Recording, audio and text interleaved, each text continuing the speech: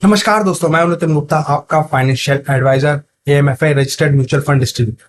तो चलिए आज बात करने वाले हैं कुछ इंटरेस्टिंग से टॉपिक लाया हूँ। एक सिंपल से टॉपिक से बात करेंगे, एक सिंपल सी लैंग्वेज में, ठीक है। तो क्या होता है बेसिकली, जब भी हम म्यूचुअल फंड में निवेश करते चलते हैं तो म्यूचुअल फंड में एक दो क्वेश्चन रहते हैं कि हमें लमसम निवेश करना चाहिए या एसआईपी के थ्रू निवेश करना चाहिए।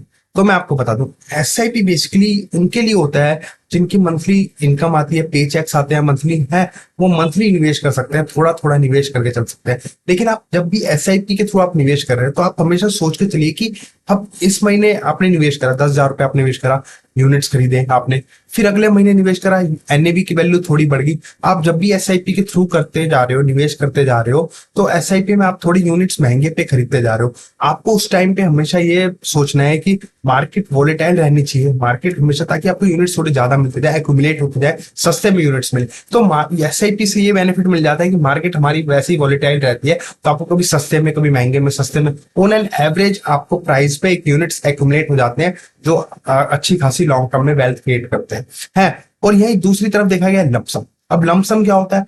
लमसम होता है बेसिकली जिसका पास सेविंग है, जिसने ऑलरेडी पास्ट में सेविंग्स कर ली थी, चाहे वो एफडी में रखा हुआ था, चाहे पीपीएफ के थ्रू कर लिया था। लेकिन अब ट्रेंड है वेल्थ वेल्थ वेल्थ बिल्डअप का ट्रेंड है अब आज के टाइम पे, और आपको अपने एसेट्स चेंज करने पड़ेंगे। फाइनेंशियल एसेट्स का जमाना है, तो इक्विटी का जमाना है। तो आपको अब पास्ट की सेविंग्स, अब लमसम आप म्यूचुअल फंड के थ्रू जाते हो तो लमसम डाल के चले, क्योंकि लमसम में ये होता है बेसिकली एसआईपी आप धीरे धीरे थोड़ी ग्रो करेगी, आपका पैसा 10 साल में डबल होगा एसआईपी के थ्रू आप अगर निवेश करोगे। लेकिन लमसम में आपका पैसा वही, अगर आपने इकट्ठा निवेश कर दिया है तो लमसम में वही पैसा 5 साल में डबल हो जाता है, अगर 15% का कैगर आता है, 15% का सीएजीआर रिटर्न आता है।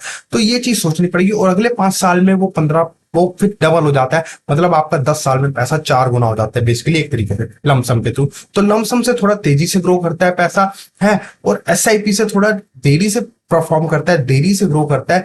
लेकिन एसआईपी से बहुत अच्छा बेनिफिट मिलता है आपको, एवरेज वॉलेटिलिटी का बेनिफिट मिलता है, कॉस्ट एवरेजिंग का बेनिफिट मिलता है, तो आपको ये बेनिफिट मिलता है। अब दूसरा क्वेश्चन आता है, उसके बाद आता है लोग क्या करते हैं, कौन सा फंड सेलेक्ट करें, इस पे ज्यादा टाइम लगाते हैं वो बेसिकली, कि कौन सा फंड हमें चूज करना चाहिए, या कौन सा फंड अच्छा परफॉर्म करा है। बेसिकली वो गोल डिसाइडेड करते नहीं कि उन्हें जाना कहाँ तक है, मतलब क्या गोल है उनका, उन्हें रिटर्न कितना चाहिए बेसिकली, है। तो रिटर्न वो अगर माइंड में एक्सपेक्ट करके चलेंगे कि मुझे 12% का रिटर्न चाहिए सिर्फ, या 15% का रिटर्न चाहिए मुझे, तो उससे मेरा गोल कितने टाइम में अचीव होगा, ये उन्हें डिसाइड करना चाहिए बेसिकली।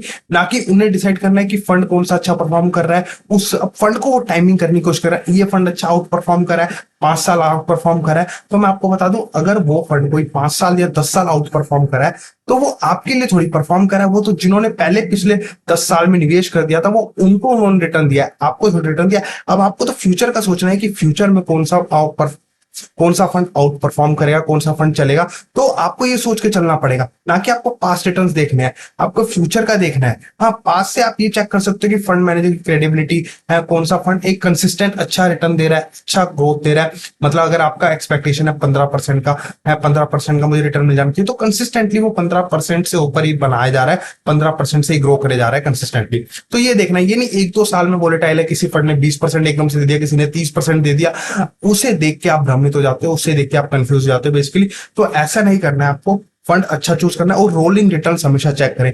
मार्केट में ये नहीं चेक करें कि आपने फैक्ट शीट चेक देखी कि उन्होंने अपने अकॉर्डिंग 5 साल में इतना रिटर्न दिया। आपको अपनी डेट डिसाइड करनी पड़ेगी कि इस डेट पे मार्केट गिरी थी, इस डेट पे मार्केट अगर गिर गई थी और इस डेट से मैं एसआईपी शुरू करता, और आज की डेट तक क्या रिटर्न परफॉर्म आता, कैसा रिटर्न आता, एक्सआई रिटर्न का आता, या मार्केट जब हाई पे थी और आज मार्केट इतने पे, तो अगर मैं एसआईपी चलाता तो कितना क्या रिटर्न आता मुझे। इस तरीके से आपको रोलिंग रिटर्न चेक करने पड़ेंगे, डेट टू डेट। आपको बेसिकली ये नहीं कि एक डेट पकड़ ली उसके बीच में, आपको अपने अकॉर्डिंग चेक करना पड़ेगा कि रोलिंग रिटर्न इस रिटर्न का, तब आपको समझ आएगा कि कौन सा फंड अच्छा परफॉर्म कर रहा है। मतलब आपको पता जाएगा कि ऑन एन एवरेज सारे फंड एक जैसे ही परफॉर्म करते हैं, कि मार्केट में तो कंपनी वही है, 500 कंपनीज है, वही कंपनी है जो अच्छी कंपनीज है, 500 कंपनी जो 100 लार्ज कैप में आ जाती है, 250 मिड कैप में आ जाती है, अगली 250 फिर स्मॉल कैप में आ जाती है। तो वही 500 कंपनियां, यही फंड मैनेजर वही 500 कंपनी में पैसा लगाते हैं बेसिकली, है। कोई किसी का कोई कंपनी होगी, किसी के फंड में, किसी के पोर्टफोलियो में, किसी पोर्टफोलियो में कोई कंपनी होगी, है किसी का वेटेज ज्यादा हो, किसी का वेटेज कम होगा, है तो कंपनीज ओवरऑल वही रहने वाली है। अगर आप पूरा निफ्टी 500 खरीद लेते हैं बेसिकली, BSE 500 खरीद लेते हैं, तो म्यूचुअल फंड्स का वही काम है बेसिकली। बस किसी को लगता है कि इस टाइम पे कंपनी की वैल्यूएशन थोड़ी महंगी है तो वो निकाल देता है, वो फिर अंडर परफॉर्म वाली कंपनीज खरीदता है जो अभी अंडर परफॉर्म कर रही है। तो इस तरीके से बस यही डिफरेंस रहता है, मतलब ऑन एन एवरेज वही है, जितना मार्केट रिटर्न देगी उससे म्यूचुअल फंड को 2-3% ऊपर ही देना होता है, तभी तो आप म्यूचुअल फंड में निवेश करके चलोगे बेसिकली, है। तो अगर मैं पिछला 44 साल का डाटा देखूं, सेंसेक्स का डाटा देखूं, 44 साल में सेंसेक्स ने एक 14 से 15% का कैगर रिटर्न दिया है, तो म्यूचुअल फंड ने उससे 2-3% ऊपर दिया है। और वर्स्ट केस में वर्स्ट एवरेज रिटर्न कम से कम म्यूचुअल फंड का 12% रहा ही है, वर्स्ट से वर्स्ट एवरेज जो रिटर्न आया है बेसिकली। तो आपको ये देखना है कि मुझे इतना रिटर्न मिल जाए, बस 15% का रिटर्न मिल जाए, इससे ही मेरी वेल्थ बन जाएगी, इससे ही मेरा गोल अचीव हो जाएगा। क्योंकि 15% का रिटर्न भी होता है कहाँ, एफडी पे सिर्फ आपको 7 से 8% का रिटर्न मिलता है, और पीपीएफ में भी 8% का रिटर्न मिलता है। लेकिन यहाँ तो आपको डबल मिल रहा है, मतलब 7% से एक सीधा 14%, 15% का डबल। और सोचो इतना बड़ा फर्क मिल रहा है। लोगों को अगर 2% भी फालतू मिल जाता है ना, 8 का 10%, वो भी बहुत अच्छा होता है रिटर्न, है। तो ये आपको सोचना है बेसिकली, है कि आपको पैसा कैसे बनाना है, क्या चीज चेक करनी चाहिए। आपको भ्रमित नहीं होना है सोशल मीडिया पे आके, मतलब सोशल मीडिया पे कंफ्यूज नहीं होना, क्योंकि आज के टाइम पे इंफॉर्मेशन का एक्सेस इतना ज्यादा हो गया ना बेसिकली, लोग इसी के कारण अब पैसा नहीं बना पाएंगे। रिसर्च में पाया गया है कि पहले के टाइम पे इंफॉर्मेशन कम थी तो लोग पैसा नहीं बना पाते थे, लेकिन आज के टाइम पे देखा है कि इंफॉर्मेशन का एक्सेस इतना ज्यादा हो गया है कि लोग अब पैसा इसलिए नहीं बना पाएंगे क्योंकि कंफ्यूज हो चुके हैं वो हमें निवेश कहाँ करके चलना चाहिए। आपको प्रॉपर मतलब एडवाइस लेनी पड़ेगी, आपको फाइनेंशियल एडवाइजर की जरूरत पड़ेगी। यहाँ पे निवेश करके चल रहे हो आप, एक 15-20 साल का होराइजन टाइम दे रहे हो, 25 साल का टाइम दे रहे हो, आपको ऐसा एडवाइजर चाहिए जो आपको प्रॉपर गाइड करके चले, जो आपकी गोल बेस्ड इन्वेस्टिंग प्लान करे, जो आपके गोल तक आपके साथ चले, बिल्कुल आपको गाइड करे। जब मार्केट वॉलेटिलिटी, जब आप पैनिक में हो, तब भी आपको एक सही सलाह दे, सही आपको टिके रहने की सलाह दे। तो इस तरीके से आपको निवेश करना चाहिए, हमेशा ये सोच के चलिए, क्योंकि इस मार्केट में फिलोसफी चाहिए, सिर्फ मिनिमम फिलोसफी चाहिए,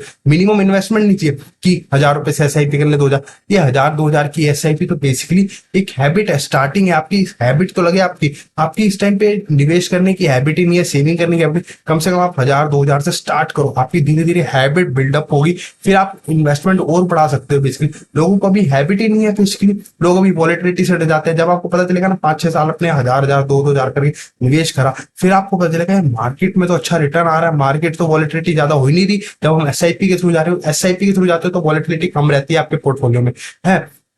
तो आप इस तरीके से जब आपको पता चलेगा 5 साल कंटिन्यू हो जाएंगे, फिर आप अपनी SIP और बढ़ा सकते हो, है। लेकिन फिर उस टाइम पे क्या लगता है, जब लोगों को समझ आती है 5 साल में, खुद गलती करके, खुद चीज समझ के, तो उन्हें लगता है यार 5 साल हमारे खराब हो गए, 5 साल में हम ज्यादा अमाउंट डाल लेते जब हमारे पास ज्यादा अमाउंट था। तो इसीलिए एक एक्सपर्ट की जरूरत होती है, क्योंकि जहां हमने गलती करी है, जहां मैंने गलती करी है, वो गलती आप ना करो। जहां मैं अपनी गलती से एक्सपीरियंस करके आपको बता रहा हूं, तो जरूरी है कि आप भी वही गलती अगेन रिपीट करो। आप बल्कि दूसरों की गलतियों से सीख लो कि हमें अभी निवेश करके चलना चाहिए बेसिकली।